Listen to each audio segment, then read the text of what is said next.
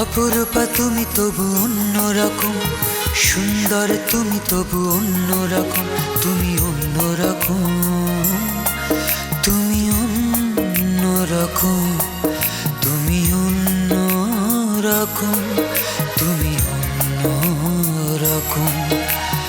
লজ্জা রাঙা তুমি রূপালীরা, শিশির ভেজা ওই মিষ্টি প্রভাত, দুঃখ সুখের তুমি সঙ্গী আমার, প্রাণের প্রিয় অনুপম, তুমি অন্যরকম, তুমি অন্যরকম, তুমি অন্যরকম। বুকের জমিনে তুমি শুধুই আছো, চোখের তারায় মিশে আছো, যত দূরে যাও যেখানে থাকো, ফেলে আসা স্মৃতি ধরে রেখো জনম জনম। তুমি অন্যরকম, তুমি অন্যরকম, তুমি অন্যরকম।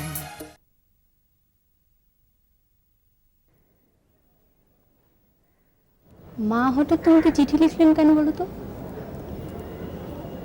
আমার কিন্তু ব্যাপারটা ভালো লাগছে না। আচ্ছা শোনো, একটা কাজ করো, তুমি মাকে লিখে দাও যে এখন যেতে পারবে না, একটু গুছিয়ে তারপর যাবে। কিন্তু বিষয়টা গুরুত্বপূর্ণ না হলে কিন্তু মা এইভাবে চিঠি লিখতেন না। আমার কিন্তু মনে হচ্ছে মা তোমাকে বাড়িতে নিয়ে বিয়ে দেবেন। ইনফ্যাক্ট ছেলের বিয়ের বয়স হয়ে যাচ্ছে না। আমার মাকে তুমি চেনো না। বিয়ের কথাবার্তা হলে মা সেটা চিঠিতে লিখতেন। আর তাছাড়া মা জানেন আমি এখন এফআরসিএস শেষ করে ক্লিনিক গোছাতে ব্যস্ত। জানেন নীলা, মা আমাকে কেন ডাক্তারি পড়াতে চেয়েছেন?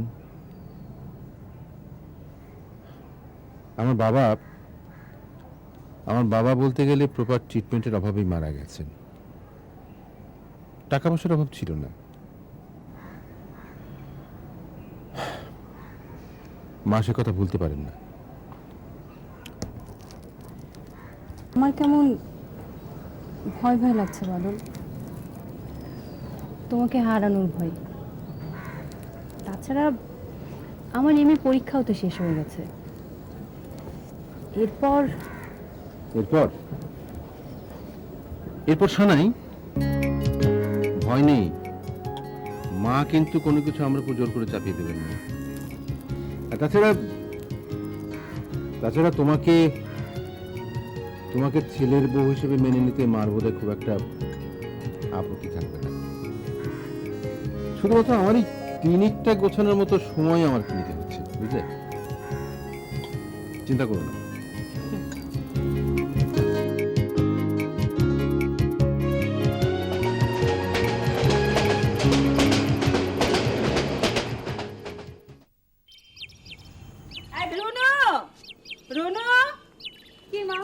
শোন, ফুলির মাকে বল ওই ডুমুরের ডালনাটা একটু গাওয়া ঘি দিতে, বাদল খেতে খুব পছন্দ করে। আম্বিয়া, আম্বিয়া, এই শোন, রতনকে শীঘ্র স্টেশনে পাঠা, ট্রেন আসার সময় হয়ে গেল। বাদল চলে আসলো বলে যা। আচ্ছা। ইস, ভাইয়ের জন্য কত আদর। তুই কি কম আদরের? বাদল এখন দূরে থাকে বলে আদরটা বোঝা যায়। যখন এখানে ছিল আদর করতাম না? করতাম। তুই যখন মা হবি তখন বুঝবি মায়ের ভালোবাসা কি।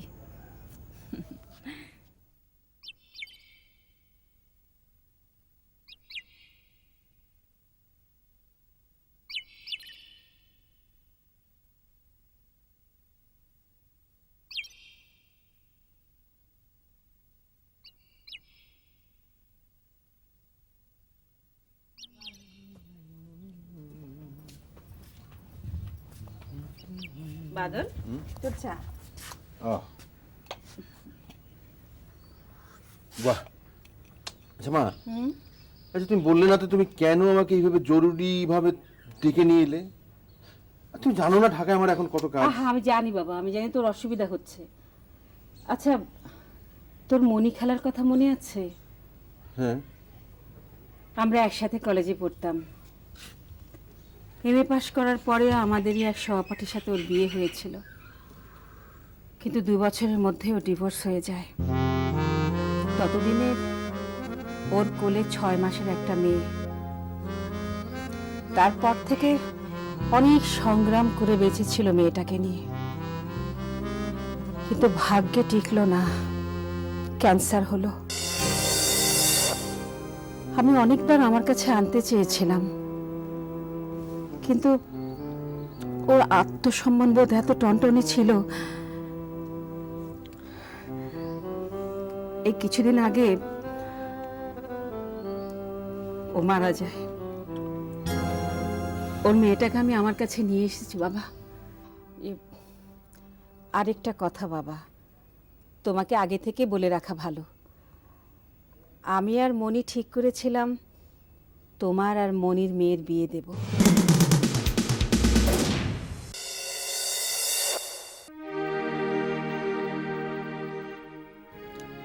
মা, মা এসব তুমি কি বলছো? এই যুগে এরকম বাগদান? ঠিক আছে, তোমার আপত্তি থাকলে বিয়ে হবে না, আমি ওকে অন্যত্র বিয়ে দেব। না মানে মা শোনো, আমি বুঝতে পেরেছি বাদল, এ বিয়ে হবে না, তুমি নিশ্চিন্ত থাকো।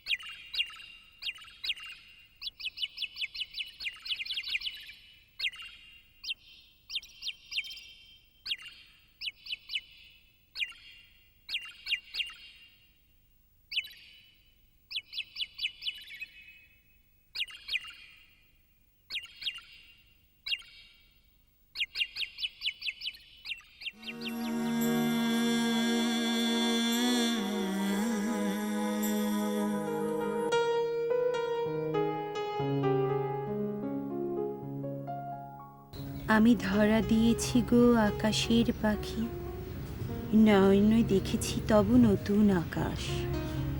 দুখানি আখির পাতের কি রেখেছ ঢাকি, হাসিলে ফুটিয়া পড়ে উষার আভাস। হৃদয় উড়িতে যায় কোথায় একাকী, আখি তারকার দেশে করিবারে বাস।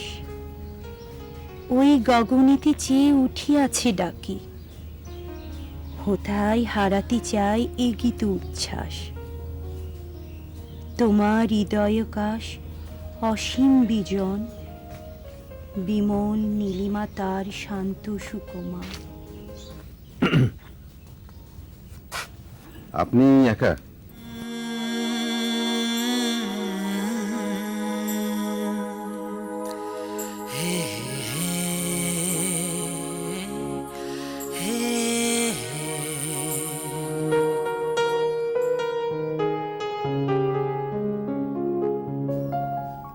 মনি খালার মেয়ে তাই না? আমি বাদল। জানি। একটু আগে ধরা দিয়েছি গো আকাশের পাখি কবিতাটা আবৃত্তি করছিলেন, খুব সুন্দর। আসলে আমি আবৃত্তি করছিলাম না, পড়ছিলাম। করার কিছু তেমন নেই তো, রুনুর টেবিলে গিয়ে বইটা কাছে পেলাম, তাই পড়ছিলাম। জানেন, রবীন্দ্রনাথ আমার কাছে ভীষণ প্রিয় একজন। গত মাসে যখন বাড়ি এসেছিলাম কদিন থাকবো বলে, তখন এই বইটা আমি সাথে নিয়ে এসেছিলাম। আমি ঠিক জানতাম না বইটা আপনার। আমি দুঃখিত। না না, থাক না, বইটা আপনার কাছে থাক, আপনি পড়ুন।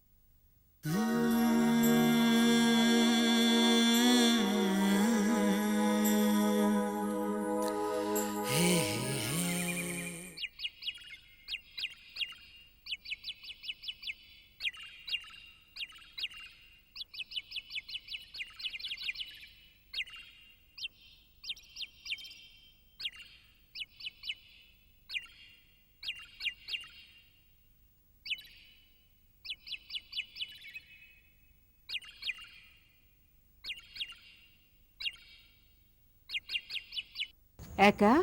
জি মা। এখানে একা একা কি করছিস? মা, আমার একা থাকতেই ভালো লাগে।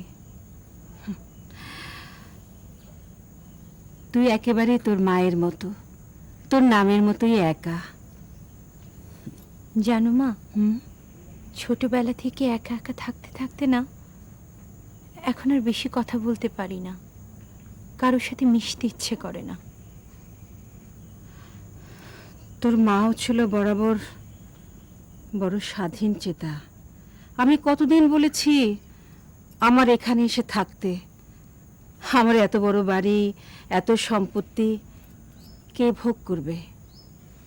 বলেছি তুই আমার এখানে আমার সঙ্গে এসে থাক। আমার এই বাড়িতে আমি কতজনকে জায়গা দিয়েছি, তা না হলে বাড়িটা বড় ফাঁকা ফাঁকা লাগে রে। মা, হ্যাঁ বাদল, আয়। তুই কখন যাচ্ছিস? আমি রতনকে বলেছি সব গুছিয়ে দিতে। মা আমি মানে আমি ইচ্ছে করলে আরো 2-1 দিন থাকতে পারি। না না বাবা, দেরি করার কোনো দরকার নেই, তোমার কাজের অসুবিধা হচ্ছে। ঠিক আছে।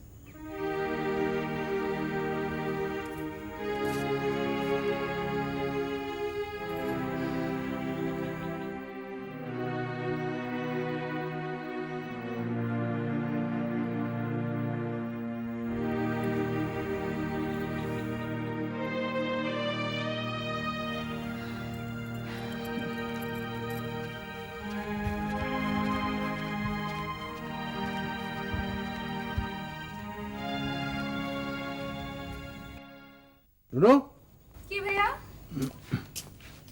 এদিকে এখানে দাঁড়া। এত ঘুমাস কেন?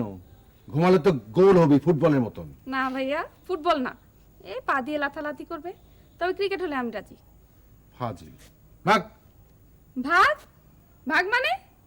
তুমি কি আমার সাথে কথা বলতে এসেছো নাকি অন্য কোনো উদ্দেশ্য আছে? না না, অন্য উদ্দেশ্য আবার কি? ওই ওই মানে আমার তো একার সঙ্গে কথা বলা দরকার। একা আছে ঘরে? নেই তো। তবে লাভ নেই, মার সাথে এ ব্যাপারে আমার কথা হয়েছে। আমি এখন যাই।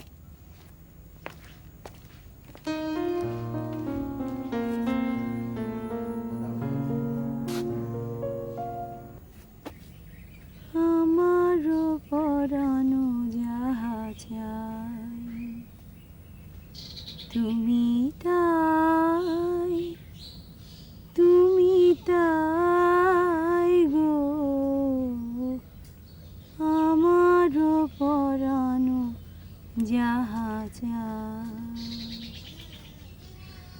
তোমা ছাড়া রে জগতে মোর কেহ নাই, কিছু নাই গো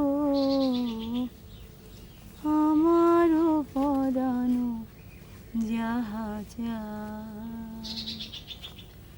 তুমি সুখ যদি নাহি পাও,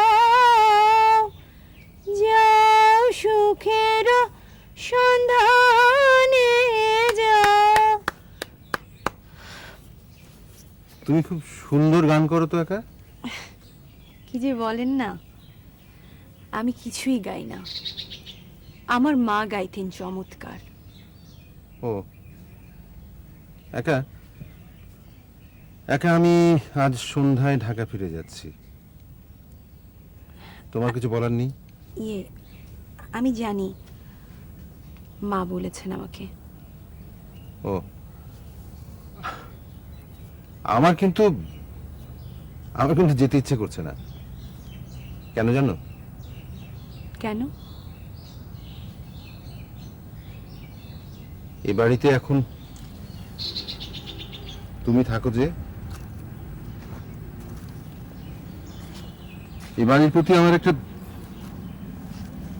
আগের চেয়ে বেশি আকর্ষণ বেড়ে গেছে। আগে যখন এখানে আসতাম বুঝলে, তখন মনে হতো যে কখন ঢাকা ফিরে যাব, কখন ঢাকা ফিরে যাব। ঢাকার একটা আলাদা আকর্ষণ ছিল, কিন্তু এখন এখন মনে হবে যে আমি বাড়িতে কখন আসব। একা মানে আমার মা বলছিলেন যে ইয়ে, আচ্ছা মণিখালা মানে তোমার মা আমাকে নিয়ে কিছু বলেছেন? জি। কি বলেছেন?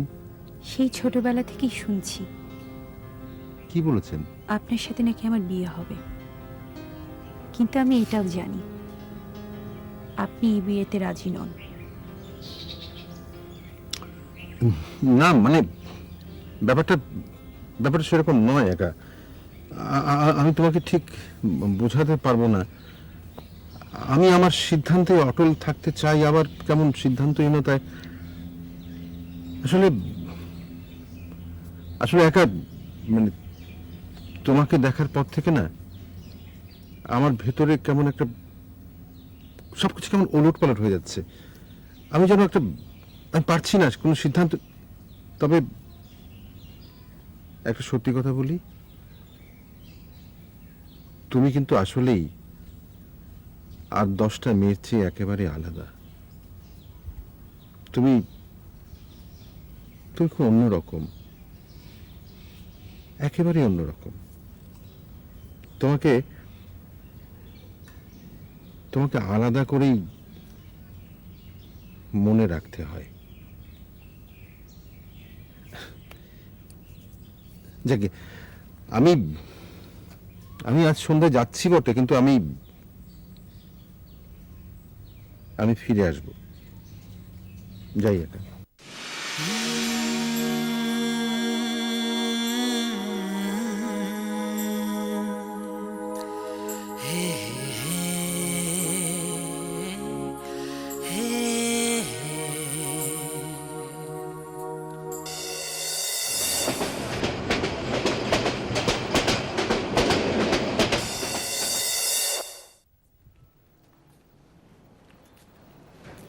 কি হলো বাদল?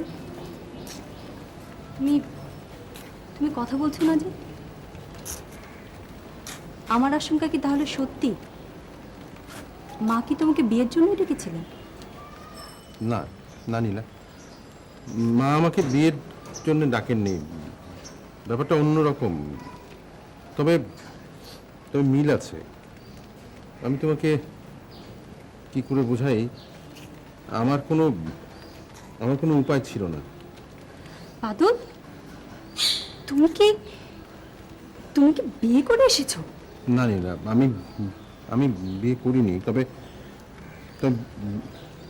বিয়ে করব, মানে করতে হবে। করতে হবে? মা তাই চাইছেন? না, মা কিছুই বলেননি। মা মানে আমি মানে ওই একা নীলা, একা এমন একটা মেয়ে যে যাকে না দেখলে, কাছে না পেলে জীবনটাকে আমার ব্যর্থ মনে হবে। আমি জানি আমি একটু অন্যায় করেছি, কিন্তু কি করব, মানে না, মা কিছু বলেননি। আমি চাইলে কিন্তু একাকে বিয়ে নাও করতে পারি, কিন্তু আমি চাইছি আমি একাকে বিয়ে করব। আমাকে ভুল বোঝো না, আসলে এছাড়া আমার কোনো উপায় ছিল না। মানে আমার জায়গায় তুমি হলে একই কাজ করতে। আমার একাকে খুব দেখতে ইচ্ছা করছে। কি জাদু আছে মেয়েটির মধ্যে, যার জন্য এত অল্প সময়ের মধ্যে এতদিনের প্রেমের সম্পর্ককে কোনো ছেলে তুচ্ছ করতে পারে, বিশেষ করে তোমার মতো ছেলে। বাদল, আমার নিজেকে বড় অপাঙ্ক্তেয়, বড় তুচ্ছ মনে হচ্ছে। আমি হয়তো তোমাকে কোনোদিনও ক্ষমা করতে পারতাম না, কিন্তু তোমার চাওয়াকে, এভাবে সত্যকে স্বীকার করার সাহস দেখে আমি হয়তো তোমাকে ক্ষমা করতে পারবো। ভুলতে হয়তো আমি তোমাকে কোনোদিনও পারবো না। তুমি তো আমাকে ভুলে যাবে। আর মনে রাখো, এই আশা আমি করি না, কারণ আমার স্থান তুমি একাকে দিয়ে দিয়েছো। না নীলা, এটা ভুল।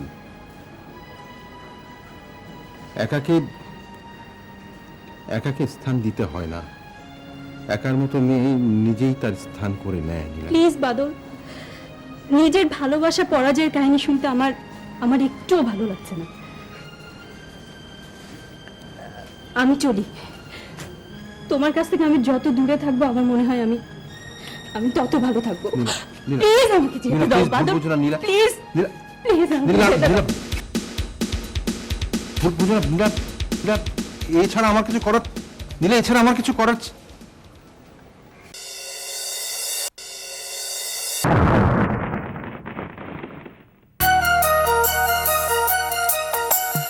অপরূপা তুমি তবু অন্যরকম, সুন্দর তুমি তবু অন্যরকম, তুমি অন্যরকম, তুমি অন্যরকম, তুমি অন্যরকম, তুমি অন্যরকম। লজ্জা রাঙা তুমি রূপালীরা, শিশির ভেজা ওই মিষ্টি প্রভাত, দুঃখ সুখের তুমি সঙ্গী আমার, প্রাণের প্রিয় অনুপম।